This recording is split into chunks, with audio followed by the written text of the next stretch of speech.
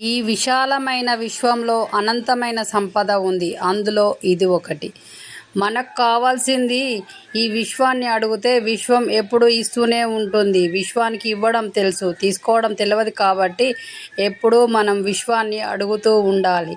విశ్వంతో connect అయి ఉండాలి. విశ్వంలో ధ్యానంలో ఉండి విశ్వంను అడిగితే ఎప్పుడైనా విశ్వం ఇస్తూనే ఉంటుంది.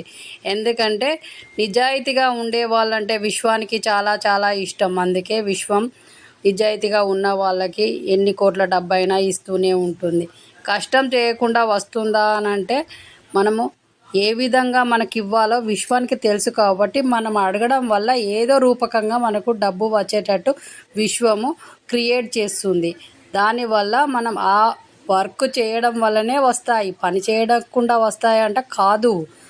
విశ్వాన్ని మనం రిక్వెస్ట్ చేస్తే నీకు ఏ రూపకంగా ఇవ్వాలనేది విశ్వం నిర్ణయించి, ఏ వర్క్ చేయాలి, ఎలాంటి బిజినెస్ చేయాలని విశ్వం నిర్ణయించి మనకు పంపిస్తుంది. దాన్ని చేయడం వల్ల మనకు కోట్ల కొద్ది డబ్బు వస్తుంది. అలా మనం విశ్వంతో కనెక్ట్ అయి ఉండి మనం అడగడం వల్ల మనకి ఏదో రూపకంగా పంపించడానికి విశ్వం సిద్ధంగా ఉంటుంది. I love you money. I love you విశ్వమా. Thank you money. Thank you universe.